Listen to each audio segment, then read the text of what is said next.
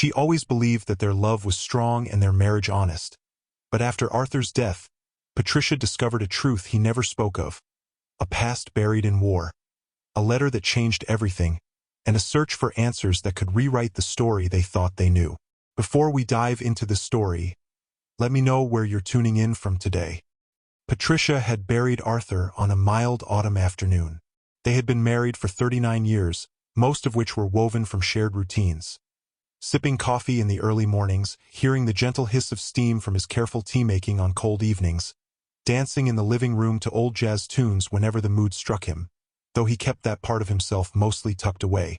They had no children of their own. A medical issue early in their marriage meant they accepted a quieter path, filling their life with each other's presence and the occasional visit from nieces and nephews.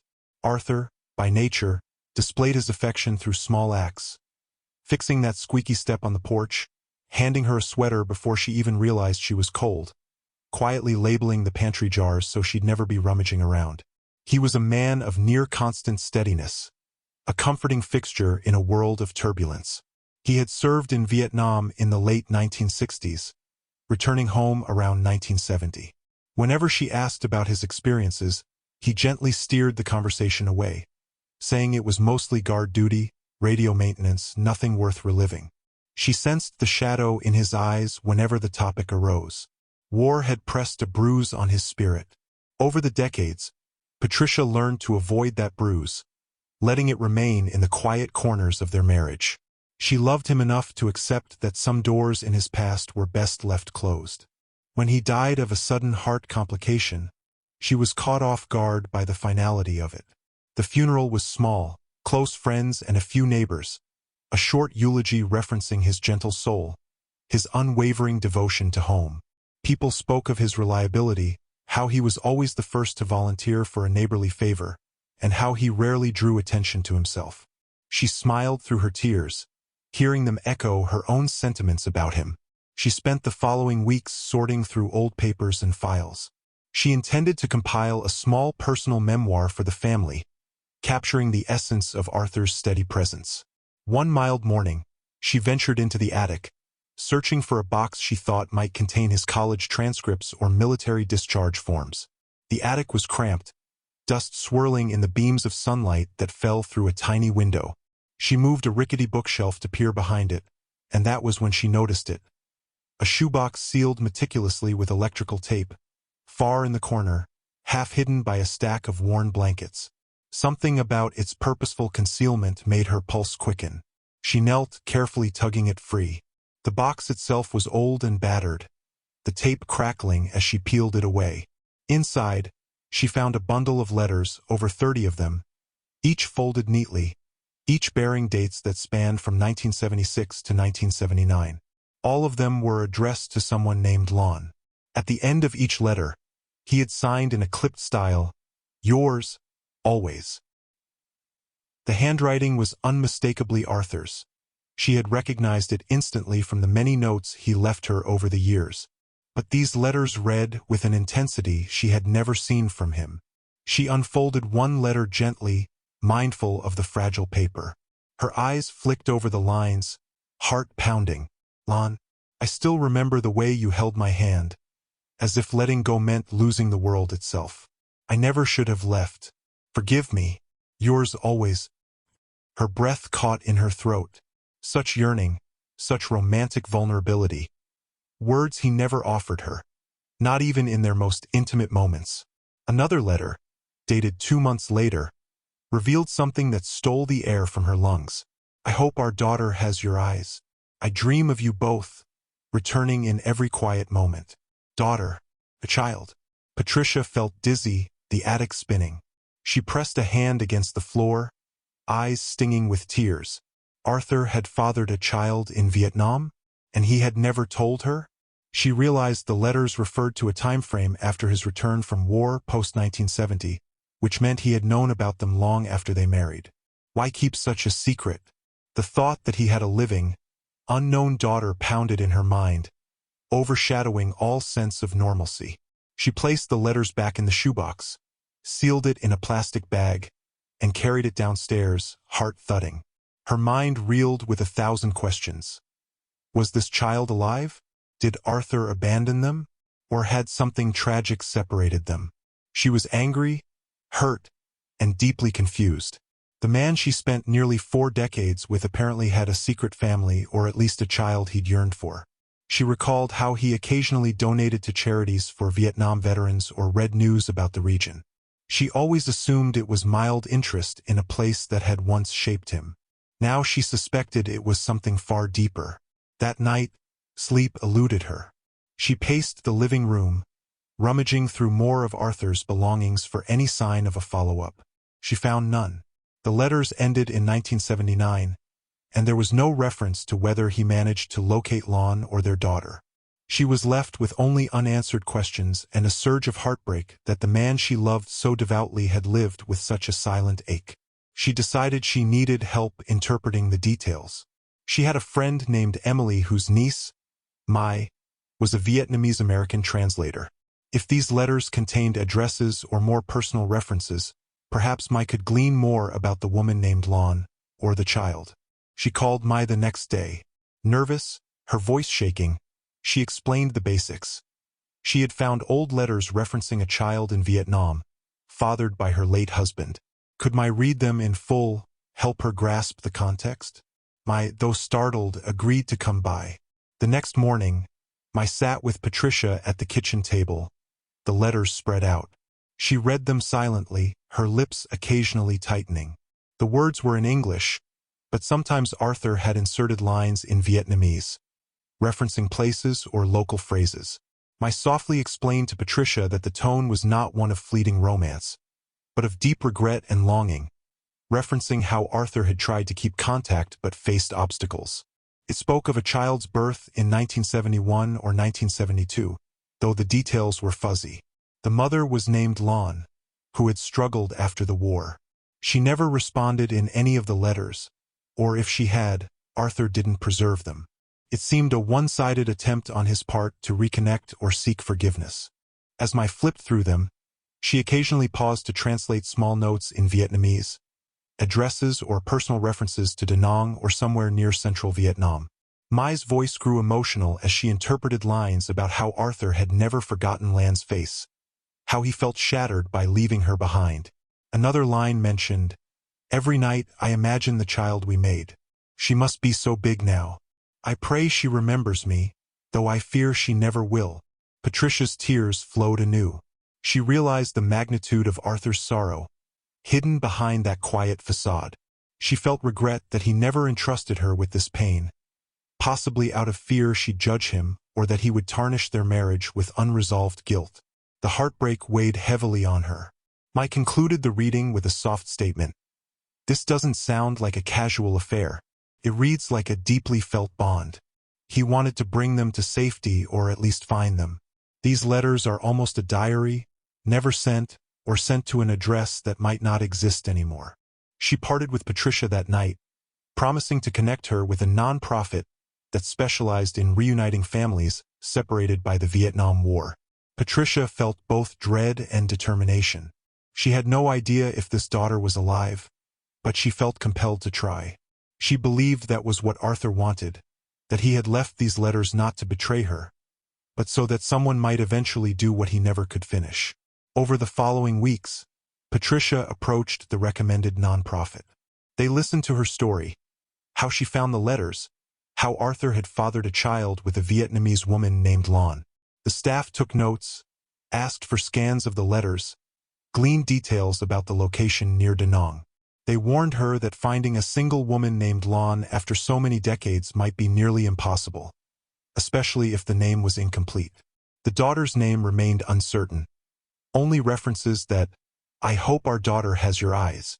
The staff explained that many Amerasians grew up in rough conditions, some given up for adoption, others raised by grandparents if the mother died. The war had scattered countless families. Patricia recognized the enormity of the task, but she insisted on forging ahead. Arthur couldn't do it. "I have to try," she said, voice trembling with a resolute edge that surprised even her. Time slipped by, and the nonprofit's first leads failed to yield anything concrete. They found no record of a direct name. The mother might have spelled her name differently, or moved away from Da Nang. They recommended searching the local records, but many were destroyed. Patricia grew impatient, her hopes rising and falling with each phone call. Her children, hearing of her quest, expressed concern. Her son, Andrew, worried that she was dredging up ghosts. "Dad kept it secret for a reason," he said gently. "Maybe you should let it rest." Her daughter, Paula, felt more supportive, though she also feared the heartbreak it could bring. Patricia held firm, repeating that if Arthur had any chance of reuniting with his child, he would have taken it. She refused to let the moment slip away. During these anxious months, she confided in her close friend Denise. Over tea, Denise suggested that perhaps learning everything might taint her memory of Arthur. What if the child resents him, or you find something deeply troubling? But Patricia answered that the love in those letters was genuine. "It's not betrayal, it's heartbreak." Denise sighed, seeing the unshakable resolve in Patricia's eyes. Patricia then received a call from the nonprofit. They found a possible lead in a registry where a woman in her late 40s from Da Nang listed her mother's name as Lon. Father unknown, American soldier. The woman's name was Nguyen T. Tan. She had once sought help from an international search network, but never updated her contact details. The staff believed there could be a match if the birth year aligned. Patricia's heart soared at the possibility. She discovered that Tan was born around 1972, give or take. The mother died soon after the war ended, leaving Tan in an orphan-like status with extended relatives. This was consistent with references in the letters. The staff tried contacting old phone numbers, emailing addresses with no success. Finally, the staff found a record indicating that Tan might now live in a rural area outside Da Nang. "We can only confirm if you go there," they told Patricia carefully. "She's not responding to online queries. Often, phone numbers are outdated. If you're truly determined, you may consider traveling again or hiring local guides." Patricia's stomach twisted with both excitement and dread. She was nearly 70, the trip would be exhausting. But she recalled how Arthur braved a war zone in his youth. If he could face that, she could face a plane ride. She overcame her anxiety, booking a flight to Vietnam after ensuring her health was stable. Her daughter, Paula, insisted on coming along, but Patricia insisted on going alone. "I need to do this for Arthur by myself," she said. Paula reluctantly agreed, making her promise to call daily. So Patricia prepared her passport, the letters, a small photo of Arthur, and set forth on a journey that she never dreamed she'd undertake in her older years. Landing in Da Nang for the first time, she felt the humid air envelop her like a heavy blanket. The swirl of motorbikes, the voices in a language she only half recognized, the colorful signs. It all overwhelmed her senses. She was met by Dewey, an NGO representative with warm eyes and a patient demeanor. He guided her to a modest guest house near the city's older quarter, explaining that they'd begin searching for Tan. They had an address that might be outdated, but it was a start. The next morning, she found herself bumping along a dirt road in a small van, passing green paddies and clusters of houses. They arrived at a modest home, where an elderly woman answered, shaking her head at the mention of Tan. She knew the name but said Tan had moved away years ago. Patricia's heart sank. They tried another lead, visiting a neighbor who recalled a woman named Tan who might have gone to Da Nang City for work. Day after day, they followed fragments of rumor, references in old local registries, scouring villages with the help of Dewey's translations. The heat wore on Patricia's stamina, and the frustration tested her resolve. She pressed on, remembering the letters in her purse. She reread them some nights, letting Arthur's longing anchor her determination.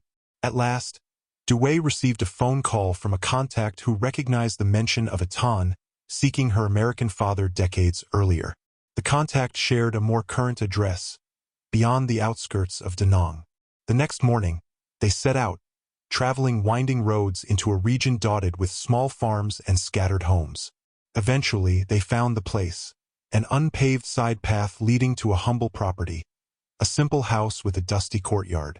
Dewey led the way, calling out. Patricia's heart hammered as she waited, fidgeting with the photo in her hand. A woman emerged, perhaps in her late 40s, with a calm but guarded demeanor. Her eyes flicked from Dewey to Patricia. She greeted them politely. Dewey explained that they were looking for Nguyen T. Ton, who had once sought information about an American father. She confirmed that was her name, but her expression tensed. Dewey added that Patricia believed her late husband Arthur was Ton's father. The tension in the woman's gaze deepened. Suspicion mingled with curiosity. She asked quietly in Vietnamese, "Why are you here now, after so long?" The translator relayed her words to Patricia, who felt tears threatening. She answered in a trembling voice that Arthur died, but he never forgot them, that she only discovered the letters now. She apologized for the lateness of her arrival. The woman studied Patricia carefully. "My mother believed he died. If he lived, why didn't he come for us?" she said. Patricia swallowed the ache in her throat. "He tried. The war ended in chaos. He was told you two were gone. He carried that grief forever." The mention of her mother's name, Lon, softened the woman's expression. She introduced herself fully as Ton, explaining that her mother died from illness a few years after the war. She grew up in and out of relatives' homes, feeling abandoned by an American father she thought had vanished or didn't care. The bitterness in her eyes was evident, but behind it glimmered a longing for closure. Patricia gently offered the photograph of Arthur in Vietnam, standing behind Lon and a toddler. Ton's composure cracked. Tears welled as she recognized her mother's face, the father she never truly knew. She asked, voice trembling, "Did he truly search? Or is that just words?" Patricia nodded, handing over a small binder containing the letters, some of Arthur's Red Cross inquiries, old notes referencing attempts to locate them. Ton flipped through them silently, tears drifting onto the pages. She read the lines about Arthur's regret, how he never forgave himself for leaving. She read how he believed them lost, how year after year he wrote unsent letters, pleading for a sign. Hours passed, the tension gradually easing as they exchanged stories. Ton recounted her childhood struggles, feeling fatherless and shamed by local kids who ridiculed her mixed heritage. She married young, it ended abruptly. She eventually forged a life selling produce at a local market, raising 2 daughters on her own. She harbored a simmering anger toward the father who never appeared. Yet, seeing the letters, the evidence of his search, caused her resentment to soften into sorrow. Patricia apologized again and again for how late this reconnection came. By nightfall, they parted with a fragile new understanding. Patricia gave Ton the letters as a gesture of trust. Ton accepted them as though they were precious relics. Over the next days, Patricia and Ton met several times. The translator, Dewey, skillfully guided them through deeper conversations. Patricia spoke of Arthur's gentle ways, how he never raised his voice, how he meticulously labeled the tool shed, how he insisted on slow dancing with her to jazz music on Friday nights. Ton listened, occasionally interjecting with a question. Did he celebrate birthdays a certain way? Did he have a favorite color? Did he talk about Vietnam at all? Each question revealed the yearning of a daughter who wanted to know the father she never had. Patricia responded with small anecdotes, noticing how Ton's stern facade melted away into a wistful longing. They formed a quiet bond, bridging decades of separation. The more Patricia shared about Arthur's daily life, the more Ton seemed to realize he was no phantom, but a real man who had carried heartbreak in silence. Eventually, Patricia's stay approached its end. On her final evening, she visited Ton's home for a modest meal. Ton's daughters joined them, shy and curious about the older American woman who claimed to be related by marriage. Through halting translations, Patricia learned that the girls were in their late teens, each studying. They had grown up with uncertain stories about a grandfather in the U.S. who might or might not exist. Now they asked about life in America. Patricia found herself unexpectedly comfortable with them, feeling a sense of kinship. As the night wound down, Patricia handed over a small photo album from her life with Arthur. Snapshots of holidays, anniversaries, even a few random pictures from around their home. Ton flipped through it carefully, tears shining. The last image was one of Arthur near the end, older and frail from heart issues, but still smiling that gentle smile.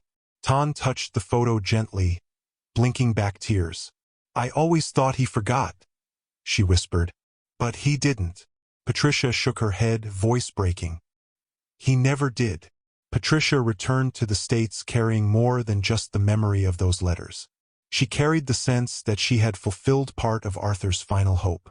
She had not expected an instant bond with Ton. There was too much pain to unravel, but they had found a path forward. A few weeks after her return, she received a letter from Ton in careful English. It read, "You have returned a father to me. Knowing his love existed, even in silence, heals my heart. It also reminds me that family can extend across oceans. I want to know more about his life. Perhaps one day we can meet again. With gratitude, Ton." Patricia read the letter multiple times, tears slipping down her cheeks. She felt Arthur's presence close by, imagining his gratitude for bridging the gap he never could.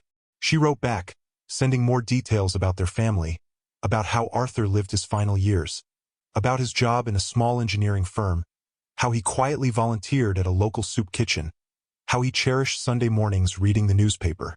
She ended with a gentle invitation for Ton to visit, if she wished. She concluded, "We are indeed family now if you'll have us." As the months passed, Patricia's own children, Andrew and Paula, digested the new reality. Andrew gradually accepted that they had a half-sister in Vietnam. He overcame his initial reservations, asking questions about her life, whether she needed financial support. Paula wrote a short letter to Ton, welcoming her as an aunt to Paula's own kids, though they were grown. The entire extended family found themselves reorienting around this new member, forging a connection overshadowed by decades of secrecy. Some neighbors found out, whispered about the secret child, but Patricia managed these rumors with calm dignity. She explained that the war left many such stories, that love doesn't always follow neat lines. Over time, the hush of scandal gave way to quiet acceptance that the Whitmore family was simply bigger than anyone realized. During that time, a parallel subplot emerged. Paula, who had been at odds with her mother over certain estate matters, found fresh empathy for her mother's choices. She recognized that Patricia's pursuit of the truth was an act of love, not betrayal to Arthur's memory. The tension between mother and daughter eased as they supported each other in dealing with the complexities of having a half-sibling. Paula found a sense of healing in seeing how secrets can wound families, resolving never to let unspoken resentments fester. Andrew, too, softened his stance, eventually encouraging a meeting if Ton ever traveled to the U.S. Some small frustrations arose, logistics, misunderstandings about inheritance, but these conflicts paled against the larger emotional stakes. Each resolved as the family's bond solidified around a new sense of unity. Letters and emails flew between Patricia and Ton. They navigated each other's stories, sharing pictures. Ton sent images of her home near Da Nang, of her daughters standing by local landmarks, their eyes shining with curiosity. Patricia, in turn, sent photos of the old house she and Arthur shared, snapshots of the lilac bush he once tended. She described in detail Arthur's final months, how he never complained of pain, how he insisted on finishing small repairs around the house until nearly the end. Ton wrote back that it pained her to read about his last days, that she wished she had known to say goodbye. Yet she took solace in the fact that his final thoughts likely lingered on that shoebox of letters, hoping someone would find them. A year after that first trip, Ton expressed interest in visiting the U.S. She wrote that her finances were limited, but she wanted to see Arthur's resting place, to stand by the grave of the father she never knew. Patricia offered to sponsor her travel, an arrangement that Andrew and Paula discussed with her. They concluded it was an appropriate gesture. Patricia handled the necessary paperwork, the visa application, the letters of invitation. The process took time, but eventually the day arrived when Patricia drove to the airport to welcome Ton. She stood near the arrivals area, anxiety fluttering in her stomach. She had met Ton in Vietnam, but now reversed roles. Ton would be the one stepping into a foreign land. She hoped the warmth she felt would ease any cultural or emotional tensions.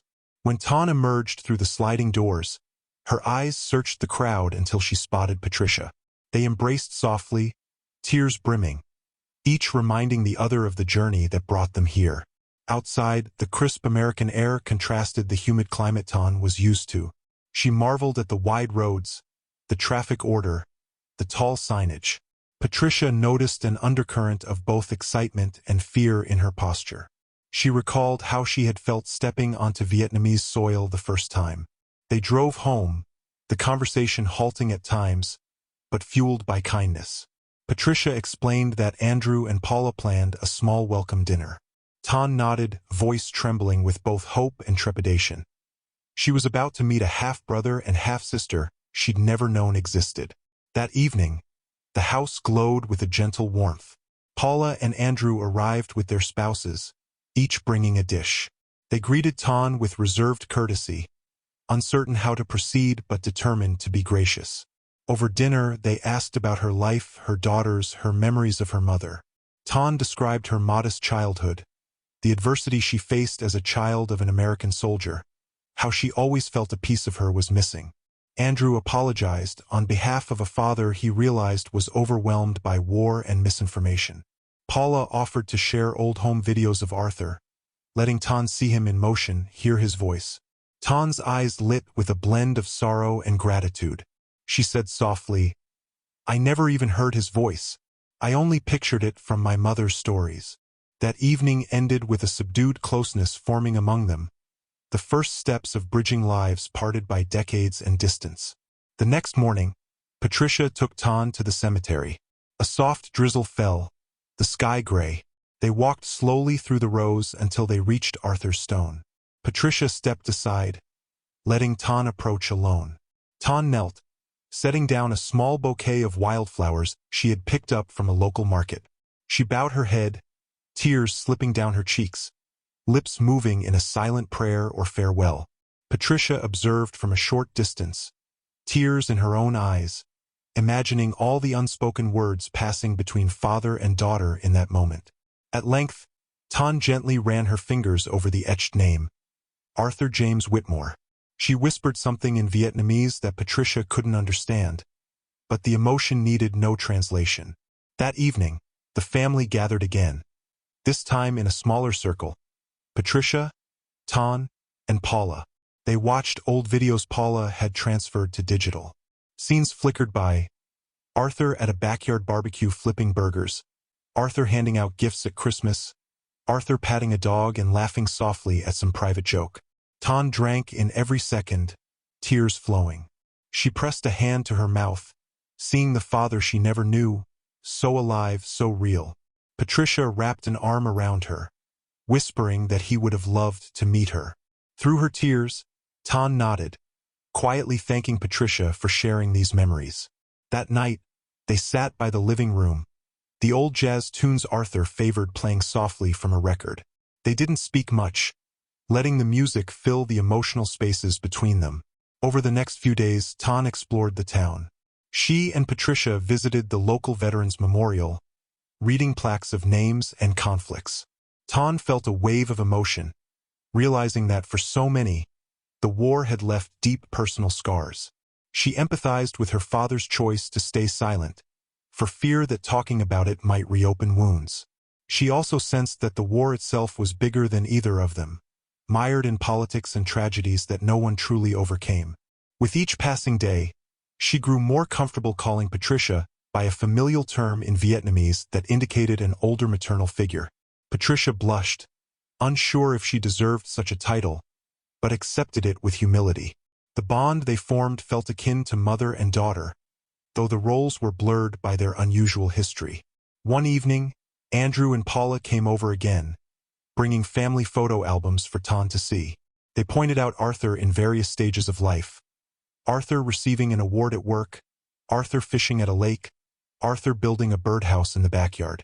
Ton asked them to translate any conversation in the videos or records if it was relevant to her father's memories of Vietnam.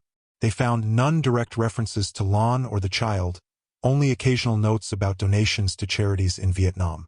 They realized how thoroughly Arthur had concealed his heartbreak, presumably not wanting to overshadow the life he built with Patricia.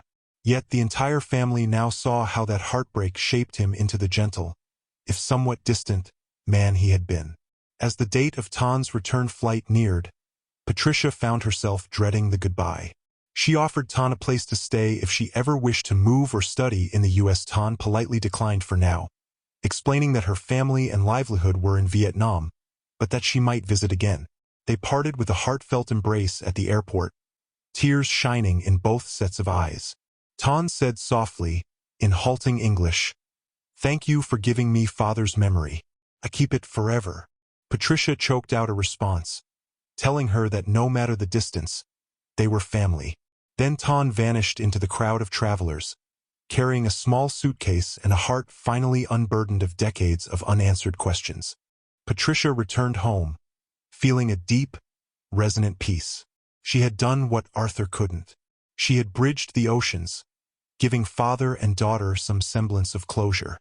Over the following months, they corresponded regularly.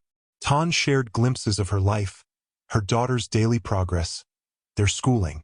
Patricia sent small care packages, American snacks, a framed photo of her and Arthur's wedding, souvenirs from the local area. She updated the family album with a new photo, Tan sitting on the couch with the rest of the Whitmore clan during her stay, everyone smiling shyly. Beneath it, Patricia wrote in her neat handwriting, "Arthur's silence was never about betrayal. It was love that endured too much pain. Now we carry it forward, larger, stronger." Through the next few years, the rest of the extended family gradually accepted Tan's place in their lineage. Some older relatives were perplexed, but eventually they recognized that this was simply part of who Arthur was. Subtle tensions remained, especially among those who struggled with the idea that Arthur hid an entire daughter. But Patricia's unwavering stance was that the war tore countless families apart, and it was not for them to condemn something so far beyond normal comprehension. In time, even the neighbors who once whispered about scandal or rumored bigamy lost interest, and life settled into a new normal. Patricia discovered that open acceptance of truth can mend wounds more effectively than silence. She sometimes sat in the living room at night, playing the old jazz records Arthur loved. She pictured him there, closing his eyes to the melody. She felt no bitterness for his secrecy, only compassion that he had carried a heartbreak he believed impossible to solve. She believed he must have left the letters in that shoebox for a reason.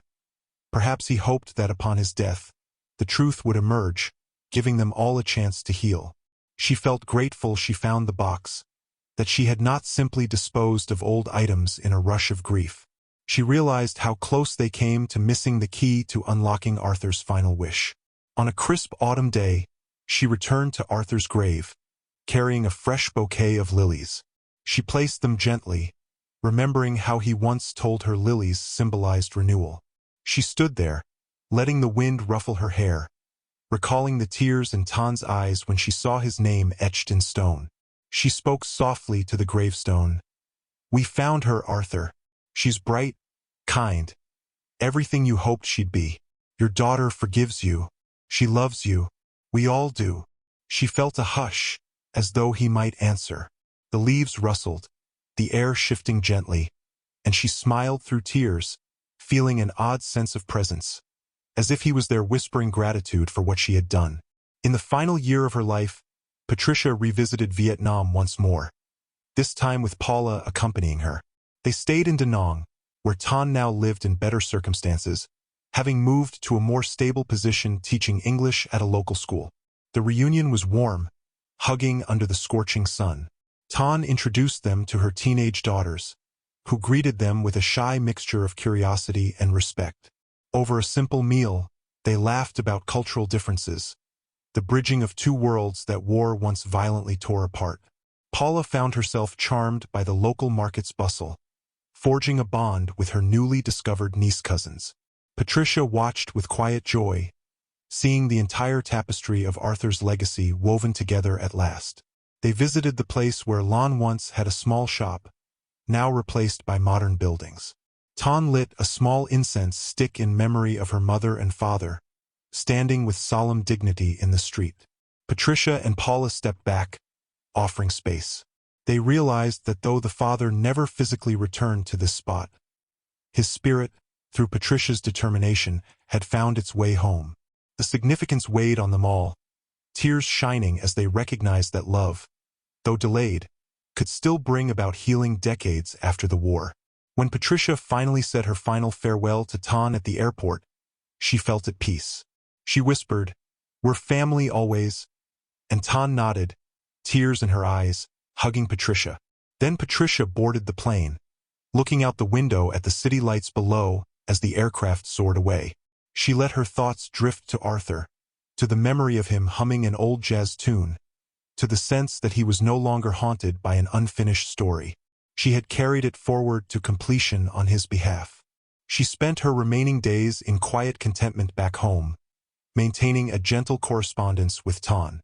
On the anniversary of Arthur's passing, she updated the family album once more.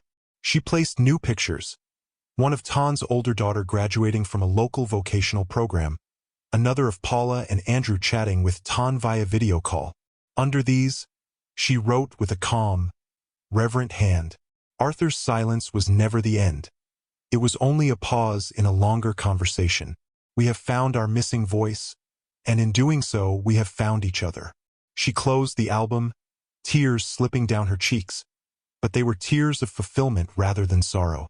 She believed the man she loved, though flawed in his secrecy, had lived with unwavering devotion that spanned across oceans and decades, culminating in the unity of two families who once stood apart. Late one evening, she felt her own health waning. She found solace in the knowledge that the truth was out, that Arthur's daughter and granddaughters would never again wonder if they had been forgotten. She placed the old jazz record on the turntable, letting a soft saxophone solo drift through the living room, and in her mind, she could almost feel Arthur's arms around her one last time, swaying to the melody. In that hush, she closed her eyes, letting contentment wash over her. Thank you for watching this story to the end. If you found it meaningful, like and subscribe for more.